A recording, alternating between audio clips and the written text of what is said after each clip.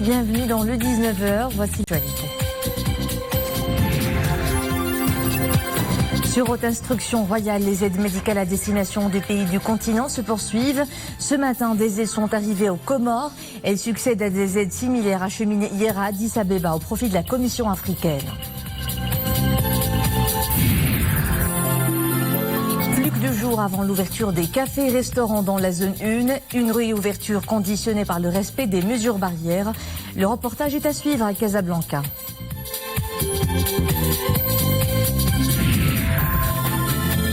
Et c'est toute une logistique qui se met en place avant les épreuves du bac qui vont démarrer le 3 juillet prochain. Salle omnisport, amphithéâtre, la distanciation physique et de rigueur, nous le verrons à Middleton.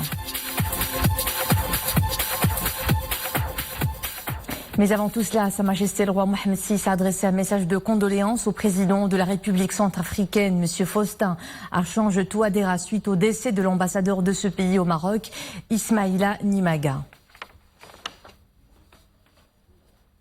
Un nouveau palier dans la coopération sud-sud et afro-africaine. C'est ainsi que l'initiative royale d'accorder des aides médicales à plusieurs pays africains est qualifiée par le ministre comorien des Affaires étrangères. Les îles Comores figurent parmi les pays du continent à en bénéficier.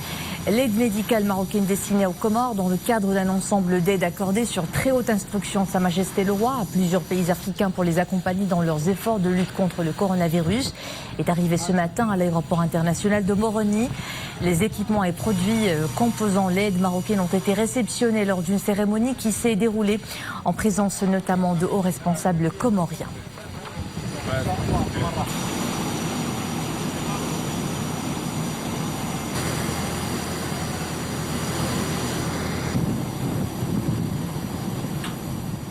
Et ces aides médicales à l'Union des Comores sont fortement saluées par le président de l'Union des Comores, M. Azali Assoumani, que nous vous proposons d'écouter.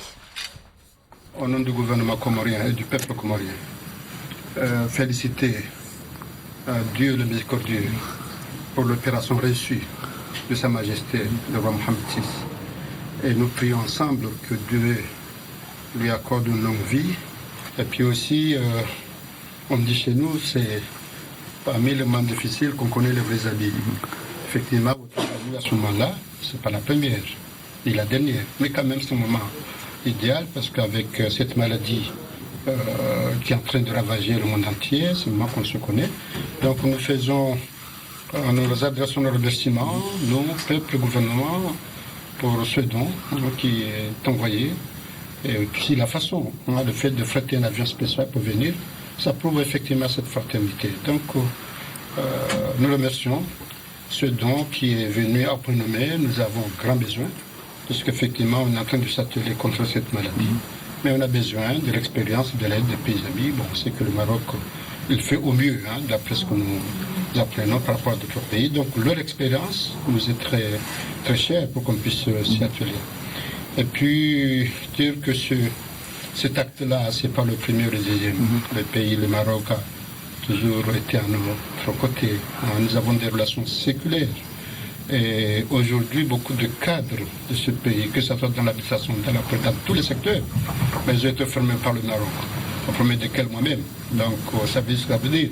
Donc, on ne peut que remercier cette relation séculaire. Et depuis l'Aïoun, nous avons en direct par Skype le consul général de l'Union des Comores à l'Aïoun, Saïd Omar Saïd Hassan. Monsieur le consul général, bonsoir. Merci d'être avec nous. L'initiative royale suivie d'actions concrètes à l'échelle du continent est une nouvelle démonstration de ce que c'est que la coopération solidaire Sud-Sud. Comment qualifierez-vous cette nouvelle brique dans l'ambitieux chantier d'édification de cette coopération à laquelle Sa Majesté le roi Mohamed VI n'a cessé d'appeler de ses vœux? Bonsoir tout le monde. La manière dont on conçoit justement cette aide, cette coopération entre le Maroc et les pays du sud du Sahara, surtout la coopération africaine, pour nous ce geste est un geste fort justement envers nous, non seulement envers les autorités de nos pays, mais surtout envers les populations, parce que ça crée des relations entre les deux peuples, c'est-à-dire les peuples comoriens justement et le peuple marocain. Ça dépasse au-delà des relations entre les deux gouvernements. Mais surtout au niveau de la population africaine qui va recevoir ces aides dans 15 pays. Donc là, c'est un exemple concret de cette coopération Sud-Sud qui tend criée et sollicitée et mise en œuvre par Sa Majesté Mohamed El Khamis, que Dieu l'assiste. Et pour nous, c'est un honneur que ce soit justement un pays comme le Comore qui reçoive cette aide parmi les pays, les 15 pays africains. Alors, Sa Majesté le roi Mohamed VI s'appelle justement à une Afrique qui fait confiance à l'Afrique. En avril dernier, le souverain avait déjà appelé à une riposte commune face au Covid-19 et à présent, le souverain en donne l'exemple. Comment est perçue cette nouvelle vision pour une Afrique qui se prend en charge ? C'est une vision qui est pragmatique, qui permet les échanges d'expériences par rapport justement à cette coopération. C'est aujourd'hui un pays africain fait une démonstration de force que les Africains peuvent eux-mêmes se prendre en charge par leur expertise. Parce que ce qui est intéressant dans ce geste fort, c'est qu'aujourd'hui, le matériel médical et les médicaments et le moyen de transport, c'est des experts, une expertise marocaine, c'est-à-dire africaine. Aujourd'hui, on peut dire que le Maroc a montré une expertise très importante, mais surtout, c'est comme le web pour l'Afrique. Donc c'est très intéressant justement cette expérience Sud-Sud et surtout qu'il y a un pays africain qui montre la voie, comment on doit coopérer, comment on doit travailler ensemble, ces pays africains. Alors, Monsieur le Consul, le retour du Maroc et sa famille institutionnelle africaine est depuis 3 ans accompagné d'actions solidaires concrètes sous l'impulsion du souverain qui a sillonné un grand nombre de pays de toutes les sous-régions. Quelle lecture feriez-vous de la place privilégiée qu'occupent les questions de développement en Afrique dans l'agenda des priorités de la politique internationale du Maroc ? Là, le retour du Maroc dans sa famille africaine a permis justement de booster, de lancer vraiment plusieurs initiatives, puisque le Maroc a déjà formé des ressources humaines. Et maintenant, ce qu'attend le Maroc ou l'ensemble de l'Afrique, c'est de lancer justement la coopération au niveau économique, culturel et scientifique. Donc que ça soit du concret, que les échanges augmentent. Parce qu'aujourd'hui, le Comore déjà est un bon exemple. Parce que nous sommes les premiers à venir ouvrir un consulat général dans le sud du Sahara marocain. Et là, je suis fier que je sois le premier représentant d'un pays africain au niveau de l'AYUN. Donc c'est pour dire, ça c'est du concret. Donc on est en train de suivre les directives royales et là beaucoup de pays ont suivi le chemin et là maintenant il faut aller vers l'économie et puis l'intégration de tout ce qui est culture scientifique au niveau de l'Afrique. Omar Saïd Hassan, consul général de l'Union des Comores à l'Ayoun, merci beaucoup pour cet éclairage. Vous étiez en direct depuis l'Ayoun justement. L'approche de la coopération Sud-Sud s'illustre donc à nouveau par cette main tendue du Maroc au pays du continent en ces temps de crise. La solidarité royale avec l'Afrique englobe non seulement les pays, mais aussi la Commission de l'Union africaine à Addis Abeba. Fouad El-Harch, Abdouhab El-Karati, Oumaïma Ramdi. Les aides médicales marocaines parviennent jusqu'en Afrique de l'Est. Hier dans la journée, un avion cargo de la Royal Air Maroc achemine via l'aéroport international de la capitale éthiopienne Addis Abeba une importante aide marocaine en matériel, équipement et en médicaments destinée à la Commission de l'Union africaine dont le siège est situé dans la capitale aérienne. Cet affrètement aérien a été solennellement réceptionné par des représentants de la Commission de l'Union africaine, des aides du Royaume qui ont déjà bénéficié à des pays de toutes les sous-régions du continent. Par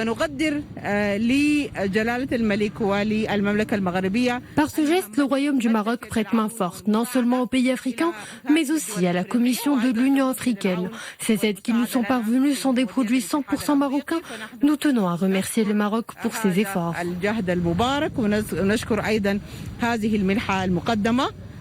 Dans un esprit de solidarité, les aides marocaines sont composées de tonnes de matériel médical et de médicaments.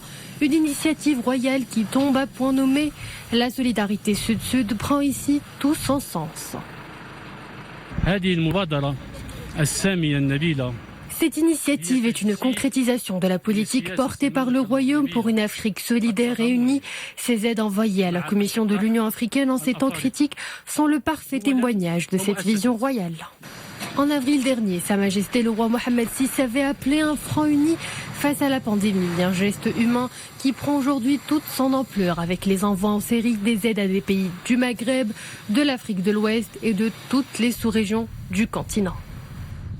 Les aides acheminées sur haute instruction royale englobent les différentes sous-régions du continent, justement, de la Mauritanie dans le Maghreb à des pays de l'Afrique de l'Ouest, à d'autres de l'Afrique australe ou encore de l'Afrique de l'Est. Le cas de Djibouti, dont le ministre des Affaires étrangères et de la coopération internationale, porte-parole du gouvernement djiboutien, a remercié vivement Sa Majesté le roi Mohamed VI pour l'aide médicale envoyée à son pays. Cette aide est arrivée hier après-midi à l'aéroport international de Djibouti.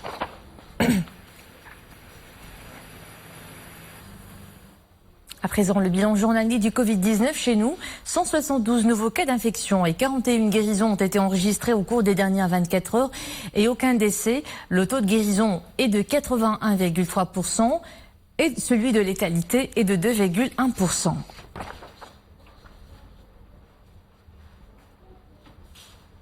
Après une première ouverture timide, les cafés et restaurants reprennent leurs activités dans le cadre de la deuxième phase de l'allègement du confinement. Ces espaces où il fait bon se retrouver rouvrent leurs portes à la clientèle dès après-demain, jeudi. Mais les conditions de la réouverture sont bien définies avec seulement une exploitation à 50%. Reportage à Casablanca, Zakaria Mokrimbila. On se prépare pour la réouverture. Parmi les mesures préventives pour accueillir les clients, distanciation entre les tables, respect des règles d'hygiène et obligation du port du masque. Autant de précautions à observer pour garantir la sécurité des clients et des employés. Nous sommes en train d'aménager le café pour accueillir les clients dans de bonnes conditions. Les mesures de prévention ne sont pas un handicap pour la reprise de l'activité. Il est indispensable d'observer la distance de sécurité entre les tables qui est de 2 mètres. Des tapis pédiluves et des gels hydroalcooliques sont installés à l'entrée. Après une première phase où seuls les services à emporter et les livraisons à domicile étaient autorisés, les gérants de café retrouvent le sourire. Ils accueilleront leurs premiers clients selon des conditions prédéfinies. Nous conseillons aux employés de café de porter des bavettes et des gants de protection. En plus, nous recommandons aux gérants d'utiliser des ustensiles en plastique à usage unique et de désinfecter les locaux et les outils de travail. Des mesures d'hygiène qui se renforcent aujourd'hui avec ces nouvelles dispositions. À partir d'après-demain, les clients pourront donc enfin prendre un café ou siroter un thé dans leurs établissements préférés.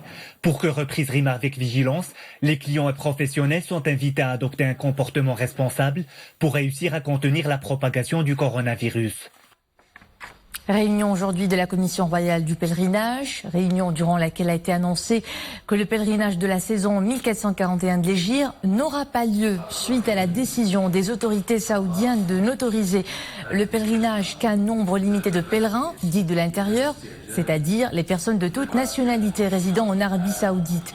Et par conséquent, la Commission royale chargée du pèlerinage a annoncé le remboursement des frais du Hajj déposés précédemment dans les agences d'Al-Barid Bank du 1er au 24 juillet prochain et le maintien pour l'année prochaine des résultats du tirage au sort du pèlerinage de la présente saison. Le ministère des Habous et des Affaires islamiques appelle les citoyens concernés à se rendre à n'importe quelle agence de celle relevant d'Al-Barid Bank durant cette période, munis de leur carte d'identité nationale, dans le plein respect des règles et conditions en vigueur dans le cadre de l'état d'urgence sanitaire et des mesures préventives et de précaution. À Rabat, le comité national de l'environnement des affaires s'est réuni sous la présidence du chef du gouvernement.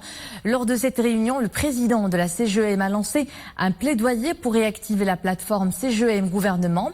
Chakib Lelj a énuméré une liste de 7 chantiers prioritaires. À leur tête, l'assouplissement du Code du travail, la dématérialisation et l'intégration de l'informel. Écoutez ses propos. Sur ces 10 dernières années, grâce à l'effort qui a été fait, le Maroc est passé du 128e rang au niveau mondial dans le Doing Business au 53e rang. C'est très bien, mais c'est pas suffisant. Nous devons continuer ce rythme de réforme. Nous devons accélérer ce rythme de réforme pour attirer les investissements étrangers et aussi encourager les nationaux à investir davantage. La situation économique avant le Covid était extrêmement difficile pour le Maroc. La reprise va être très difficile. difficile. Donc nous avons besoin d'avoir tous les outils, que ce soit juridique, que ce soit administratif, aller vers le e-gov, aller vers des choses courageuses pour pouvoir justement dynamiser notre économie et aller sortir de cette crise avec des choses positives. 500 millions de dollars pour l'inclusion numérique et financière au Maroc. Ce financement par la Banque mondiale est destiné à appuyer les importantes réformes politiques nécessaires à la mise en place d'un environnement propice à la transformation numérique au Maroc. Un mot de sport, le championnat national de football va reprendre fin juillet et les entraînements débuteront la semaine prochaine. Une annonce faite ce mardi par le ministre de la Culture, de la Jeunesse et des Sports, Atmal Ferdaous. Cette décision a été prise en coordination avec la Fédération royale marocaine de football et les ministères de l'Intérieur et de la Santé. Elle est intervenue lors de l'exposé du ministre de tutelle devant la commission des secteurs sociaux à la Chambre des représentants qui a été consacrée à la discussion de la situation du département de la Jeunesse et des Sports à la lumière de la pandémie du coronavirus, des mesures préventives du ministère, 200 plans d'action post-confinement et de l'impact de cet arrêt sur les sports collectifs, les clubs et les événements sportifs. Poursuite un rythme soutenu du rapatriement de nos compatriotes bloqués à l'étranger à cause de la pandémie du coronavirus. Dans la seule journée d'hier, ils étaient plusieurs centaines à regagner le royaume par l'aéroport Agadir Al-Massira en provenance de divers pays arabes et d'Europe. Ils sont rentrés à bord de 5 avions de la Royal Air Maroc, dont 2 en provenance de Paris et 3 de Tunis, Lyon et Amsterdam. Reportage Hajib Tamek Amin Amouri, commentaire Boubkar Ben Gabrit. Grande joie et soulagement de retrouver la mère patrie après de longs mois loin des siens. Ils ont regagné le royaume via l'aéroport Agadir El-Massira dans le cadre d'une opération de prise en charge par les autorités marocaines. C'est une grande joie, vraiment une grande joie de revenir chez soi. Je suis très émue, je suis désolée. Alhamdoulilah, on est très heureux d'être là. Les conditions sont extraordinaires. Tout est enfin rentré dans l'ordre. On retrouve notre très cher pays. On remercie Sa Majesté le Roi. L'accueil a été des plus chaleureux depuis notre montée dans l'avion jusqu'à notre arrivée. On est très heureux.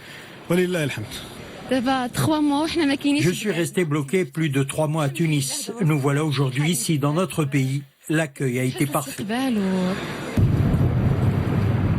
Un total de 30 vols ont été programmés entre avant-hier dimanche et samedi prochain pour le rapatriement de plus de 4600 Marocains bloqués dans 17 pays.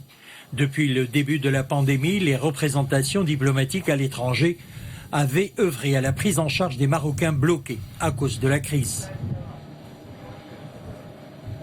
On a trouvé le consulat marocain près de nous qui nous a donné tout ce qu'on appelle le logistique. On vient d'arriver à Agadir, on a trouvé un accueil grandiose. J'arrive de Lyon, je suis resté bloqué en France 3 mois. Durant cette période, nous étions en contact permanent avec le consulat du Maroc. Le personnel nous a beaucoup soutenus. J'arrive de Dubaï, le voyage s'est très bien passé. Notre pays nous a beaucoup manqué. On remercie Sa Majesté le Roi pour cette noble initiative. L'ONDA, en application des recommandations de l'Organisation de l'aviation civile internationale et du Conseil international des aéroports, a mis en place une batterie de mesures, comme le marquage, par exemple, comme le marquage au sol pour indiquer la distanciation physique, la mise en place également d'un nombre important de distributeurs de gel hydroalcoolique, de masques faciaux, de gants au profit des passagers et du personnel. L'installation de nouvelles caméras thermiques et également des annonces de sensibilisation sonore et visuelle. Tous les Marocains rapatriés ont été dirigés vers des établissements hôteliers d'Agadir, où ils ont été soumis aux tests de dépistage au nouveau coronavirus et avant d'être confinés selon les procédures sanitaires en vigueur pour une durée de 9 jours. Sachez aussi que dans le cadre des opérations de rapatriement des citoyens marocains bloqués à l'étranger en raison de la pandémie de la Covid-19, le Maroc a organisé aujourd'hui un premier vol humanitaire entre Bruxelles et Agadir. C'est un prix qui récompense chaque année des personnalités ayant œuvré dans des domaines différents. Le prix des Nations Unies pour l'art, Youn Arts. Cette année, le trophée honore des médecins bien de chez nous, Dr Shafiq Charabi et Dr Hassan Tziazi, qui a mis toutes ses cliniques gratuitement à la disposition des malades Covid-19. Écoutez leur réaction. On a choisi deux personnalités qui sont très actives au niveau médical. Donc, on a choisi de Rabat le docteur professeur Charabi Shafiq et de Casa le professeur Tziazi. Je remercie les Nations Unies et sa section pour les artistes, c'est-à-dire United Nations Artists, de m'offrir aujourd'hui, de me décerner aujourd'hui ce prix qui me fait énormément plaisir parce que ça me rassure concernant ce qui se passe et ce qui s'est passé au Maroc. Ceci est en rapport avec ma très simple contribution pour cette épidémie du Covid que traverse le Maroc, mais ce prix, à mon avis, ne doit pas me revenir qu'à moi seul, mais à beaucoup d'autres personnes qui ont contribué véritablement au Maroc à ce que la maladie ne soit pas une véritable catastrophe. Les épreuves du bac démarrent dans quelques jours, à compter du 3 juillet. Des épreuves qui vont se dérouler autrement, crise sanitaire oblige. Les candidats composeront dans des amphithéâtres et salles sportives mobilisées pour la circonstance, histoire de respecter la distanciation physique. C'est toute une organisation qui se met en place. Nous le verrons dans ce reportage à midi avec Ahmed Fadeli et Monia Marouche. Dans cette salle de sport, convertie en salle d'examen, l'heure est au nettoyage et à la désinfection. À une dizaine de jours des examens du baccalauréat, l'Académie régionale s'active et règle les derniers détails pour accueillir les candidats au baccalauréat. Nous allons appliquer toutes les consignes sanitaires dictées par le ministère de la Santé. Nous avons préparé toute une logistique, des masques et des produits de stérilisation, ainsi que des gels hydroalcooliques. Cette salle accueillera 141 candidats libres, section enseignement original et langue arabe. Et voilà comment se déroulera leur journée d'examen. Avant d'avoir accès à la salle, les candidats vont se désinfecter les mains et les chaussures. Ensuite, ils vont être soumis à une prise de température et porter de nouveaux masques. Enfin, ils vont suivre l'itinéraire tracé au sol pour rejoindre leurs places, qui sont aménagées de manière à respecter la distanciation physique. Cette année, 3412 candidats passeront le cap du baccalauréat dans la province de Midelt, qui compte à elle seule 17 centres d'examen, dont 7 sont destinés aux candidats libres. Et nous leur souhaitons bon courage. Voilà, c'est la fin de cette édition. Merci à vous de nous suivre. L'info est de retour à 21h avec Mariam Laoufir. J'aurai le plaisir de vous retrouver demain. Bonne soirée.